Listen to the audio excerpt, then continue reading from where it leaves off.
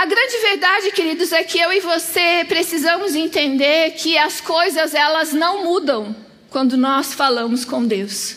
Mas as coisas mudam quando Deus fala conosco. As coisas mudam quando a voz de Deus é liberada diante daquilo que eu quero. E as coisas mudam e são feitas de acordo com o plano e propósito de Deus. Assim como também, talvez, assim como eu, você também já teve sonhos despedaçados. Sonhos que foram despedaçados. Eu também já tive sonhos que foram despedaçados. E talvez ali no momento do não do Senhor eu não estava entendendo. Mas no decorrer dos anos eu pude entender que havia um propósito para aquele não naquele exato momento. Ou de acordo com aquilo que eu tinha planejado e arquitetado na minha mente que aconteceria, as coisas sim aconteceram anos depois. Mas do modo dele, porque do modo dele e da forma dele sempre tem um propósito que ele já planejou, já estabeleceu e já determinou. Amém? E eu quero que você entenda, quando eu falo creia e ouse sonhar, eu quero que você entenda que tudo que Deus realiza tem um propósito. A restauração familiar, a restituição financeira, a cura, a salvação, a libertação, tudo tem um propósito. E a primeira coisa que eu gostaria de falar para você é que o Senhor, Ele nos reconhece. Você pode abrir a sua Bíblia ou ligar a sua Bíblia em Jeremias capítulo 1, versículo 5.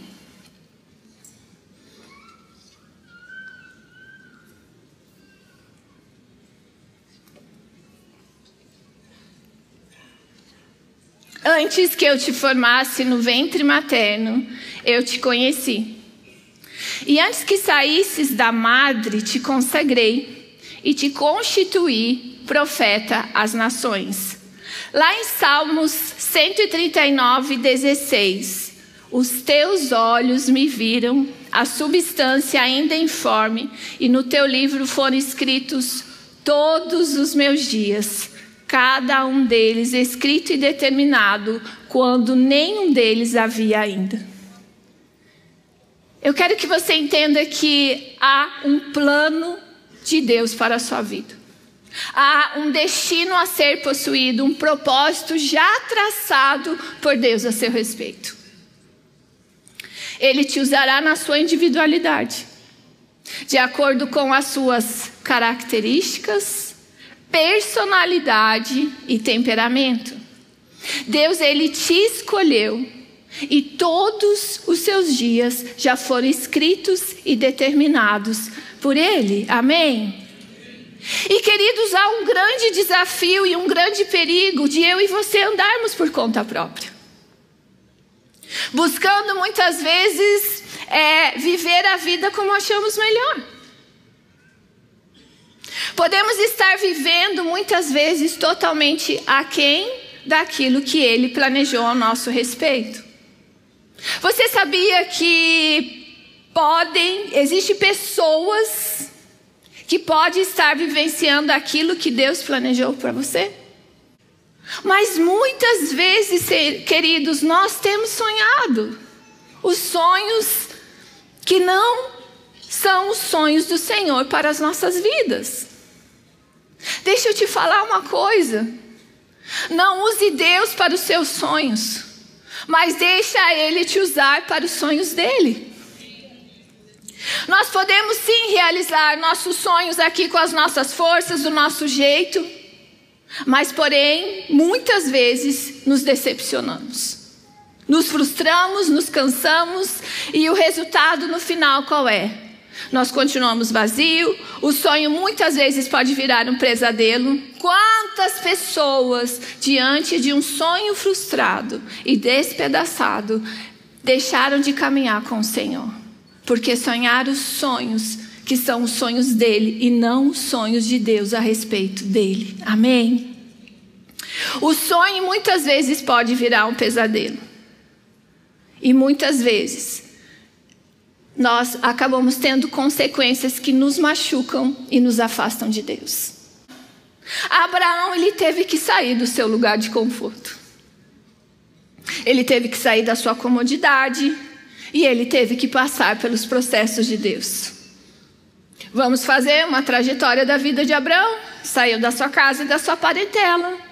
No momento de fome, buscou refúgio no Egito.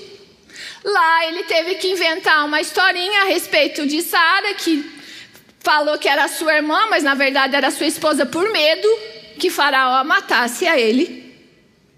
A guerra contra os 5 reis, Ló sendo levado cativo, a longa espera de um filho e a tentativa de ajudar Deus usando Agar. Enquanto ele esperava que se cumprisse, teve acertos e erros. E todos eles fizeram parte do processo de aprendizagem. Durante a trajetória de Abraão, ele teve que muitas vezes recalcular a sua rota.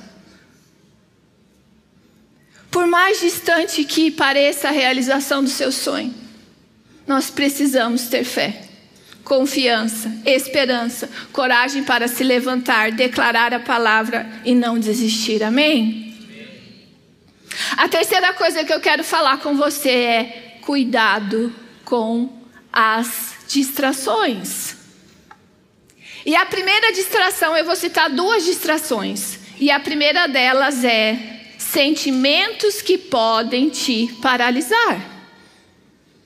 Incredulidade, medo do fracasso, receio de falhar, humilhação, falta de capacitação e procrastinação, falta de planos e metas e falta de organização e disciplina.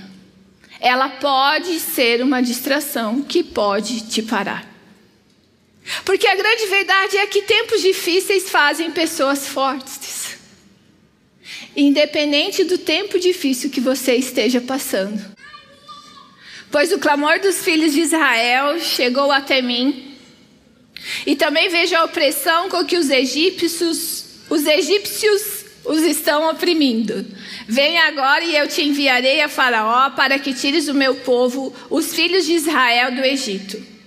Quando permitimos que as bênçãos tomem o lugar de Deus nas nossas vidas.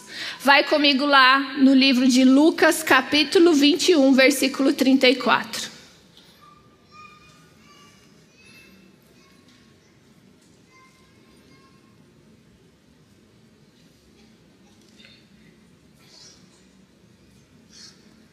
Acautelai-vos por vós mesmos, para que nunca vos suceda que o vosso coração fique sobrecarregado com as consequências da orgia, da embriaguez e das preocupações deste mundo, e para que aquele dia não venha sobre vós repentinamente como um laço. Acautelai-vos, tenham cuidado, dê atenção.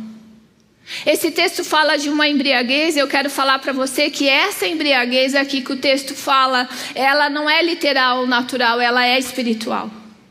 Porque a embriaguez, ela tira de mim e de você o senso de perigo. Tira o reflexo. Faz muitas vezes, quantas vezes a gente vê muitas vezes uma pessoa embriagada, ela muitas vezes, embriagada com o álcool, embriagada com a droga. Quantas vezes nós vemos cenas como essa? A pessoa às vezes chega a perder até a sua dignidade ali. Ela não sabe nem o que ela está fazendo. Muitas vezes, quando nós falamos de uma embriaguez espiritual, eu estou falando de uma embriaguez que expõe eu e você a algo que é carnal.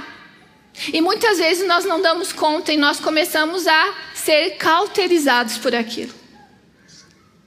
Muitas vezes nós nos embriagamos com aquilo que mais pedíamos para Deus: família, dinheiro, ministério, cura, restauração, restituição. Existe sim, queridos, um tipo de embriaguez que nos faz esquecermos do Senhor. Porque a embriaguez, ela provoca dissolução e ela entorpece a mente. Em 2 Samuel 11, 1-5, você não precisa abrir, mas eu vou ler para você. Decorrido um ano no tempo, e nós vamos ver essa embriaguez tomando conta da vida de Davi.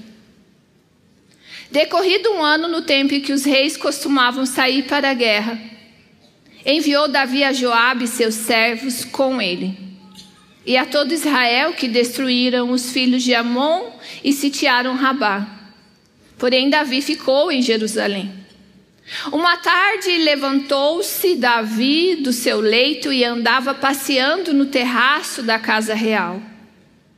Se você quiser acompanhar comigo, está em 2 Samuel 11, 1-5, tá? Daí viu uma mulher que estava... uma tarde levantou-se Davi, eu estou no versículo 2. Do seu leito e andava passeando no terraço da casa real. Daí viu uma mulher que estava tomando banho. Era muito formosa. Davi perguntou quem era. Disseram-lhe: é Betseba, filha de Eliã e mulher de Urias, o heteu. Então enviou Davi mensageiros que a trouxeram. Ela veio e ele se deitou com ela. Tendo-se ela purificado para a sua imundícia, voltou para sua casa. A mulher concebeu e mandou dizer a Davi: estou grávida. Davi, ele já havia lutado muitas batalhas até isso acontecer. Quantos povos já haviam sido destruídos através da liderança de Davi, quando ele liderava o seu exército? Saul, seu pior inimigo, já havia morrido. Sabe, queridos, eu e você, nós precisamos, quando nós pegamos a vida de Davi, e há um certo tempo o Senhor tem falado muito isso comigo, e o Senhor tem me gerado um temor tão grande em relação àquilo que Ele tem para nós como igreja daqui a uns anos. Porque quando nós olhamos a vida de Davi, a caverna representa o lugar de dependência de Deus. Então nós podemos ver durante toda a vida de Davi, enquanto ele fugia de Saul, enquanto ele se escondeu para não ser morto, a gente vê um lugar totalmente de dependência de Deus. Então a caverna para mim e para você representa o lugar onde nós somos totalmente dependentes de Deus. Onde muitas vezes nós passamos por situações, por dificuldades, por desafios, onde a única coisa que eu e você temos para se manter, para acreditar, para ter fé e esperança é a voz de Deus. Agora existe um grande desafio para mim e para você, quando nós conquistamos tudo aquilo que nós pedimos ao Senhor. E esse é o maior desafio. Quando eu e você estamos no terraço do palácio, onde tudo aquilo que você lutou, tudo aquilo que você orou, tudo aquilo que você chorou, você já conquistou. Porque se a caverna representa o lugar de dependência, o palácio representa o lugar de independência, onde eu e você abrimos mão e se deixamos distrair. E isso nós precisamos ter um cuidado muito grande. Porque há um grande desafio em estar no palácio. Nós temos a tendência de sair do lugar de dependência de Deus. O nosso clamor, a nossa oração não são mais os mesmos. As nossas lágrimas não são mais as mesmas. As nossas súplicas, o nosso louvor, a nossa entrega não é mais o mesmo. Onde que estava aquele adorador que nos momentos de dificuldade e perseguição adorava, engrandecia e se fortalecia no Senhor? Onde está você, Davi, que dizia: uma coisa peço ao Senhor e a buscarei, que eu possa morar na casa do Senhor todos os dias da minha vida, para contemplar a beleza do Senhor e meditar no seu templo. Onde está você, Davi? Quando você está no terraço do palácio, quando você sai do lugar de dependência de Deus. E nós temos a grande tendência, queridos, de baixar a guarda e não vigiarmos como antes. E por que será que nós agimos dessa forma? Porque a grande verdade é que nós nos embriagamos com aquilo que nós mais pedimos ao Senhor. Davi, isso vale para mim. Volte ao seu lugar de dependência de Deus. Volte a derramar suas orações a Deus. Volte a derramar as suas súplicas, então, agora, de gratidão a Deus. Mas esteja no terraço do palácio com o coração da caverna. Quantos entendem o que eu estou falando? Esteja no terraço do palácio com o coração da caverna, de dependência de Deus. Amém? E existem alguns diferentes aspectos de embriaguez que eu quero falar para você. A primeira delas é prosperidade financeira. Essa busca pode ser uma armadilha onde as pessoas se perdem. 1 Timóteo 6,10 fala assim: porque o amor do dinheiro é a raiz de todos os males, e alguns nessa cobiça se desviaram da fé e a si mesmos se atormentaram com muitas dores. Segundo, posição ministerial. Aos que se perdem nessa posição, alcançando um cargo ou posição ministerial para o qual não está pronto. 1 Timóteo 3,6. Não seja neófito para não suceder que se ensoberbeça e incorra na condenação do diabo. Ativismo ministerial. O serviço pode roubar o foco de buscar a Deus ou muitas vezes negligenciando a própria família. E existe um tipo de embriaguez também, que é em relação àquilo que nós mais pedimos, o filho, o marido, a esposa, que pode também tomar o lugar de Deus. A pessoa começa a valorizar tanto a família, tanto a família, tanto a família, tanto a família, que esquece que Deus sempre é o primeiro nas nossas vidas. Gente, eu vou bater nessa tecla todas as vezes. Eu sei que é cansativo ouvir isso, mas me perdoe, eu estou falando baseado na experiência desde o início dessa igreja de 18 anos. Pais que não têm compromisso com Deus. Os filhos entram na adolescência, eles não querem mais saber da igreja. Porque a prioridade deles é outra coisa.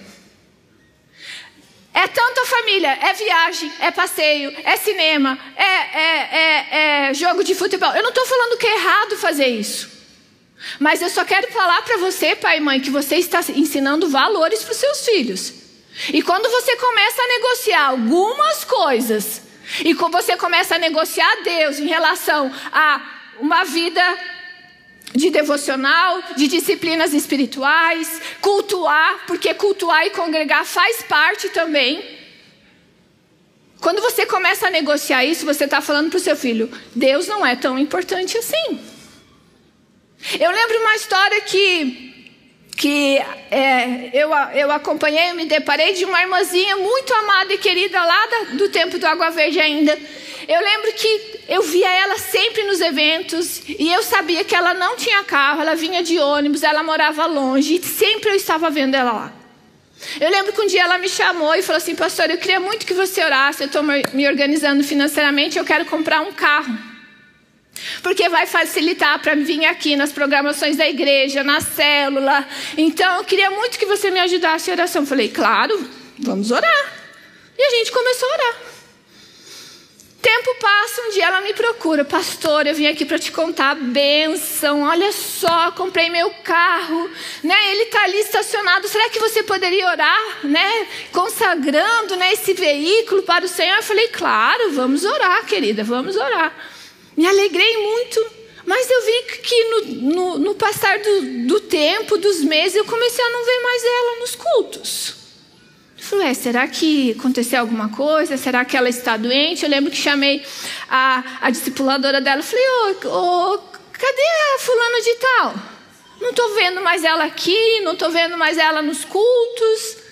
E ela falou assim para mim: pois é, pastora, você lembra do carro? Eu falei: lembro. Então, ela até ficou bem animadinha, sabe? A hora que ela comprou o carro.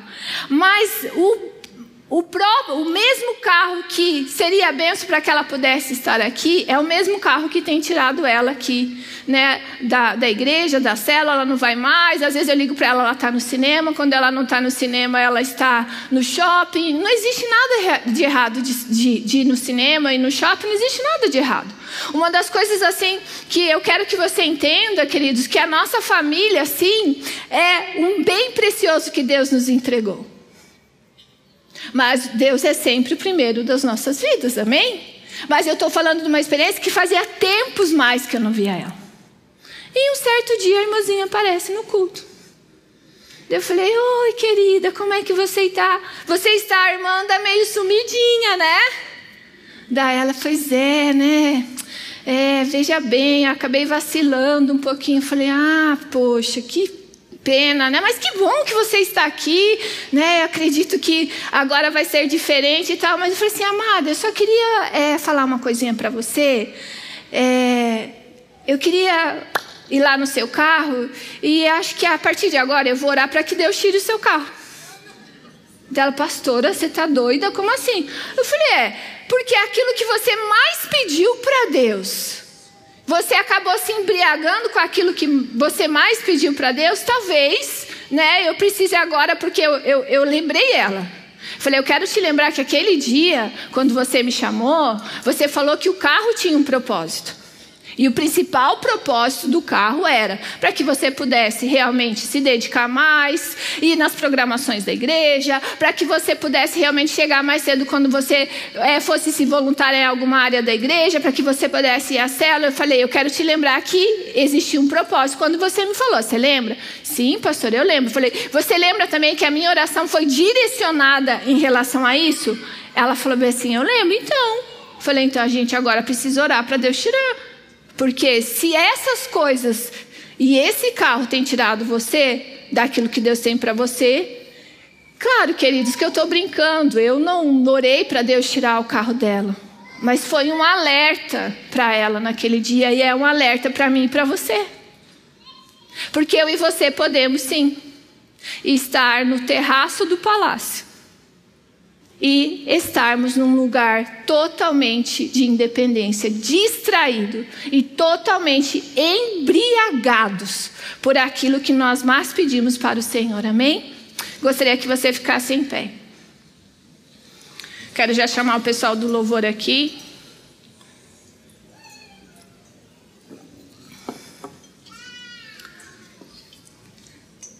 E a primeira coisa que eu quero falar para você que está nos acompanhando de forma online, concluindo já essa palavra, eu gostaria de falar para você: não use Deus para os seus sonhos, mas deixa Ele te usar para os sonhos dele.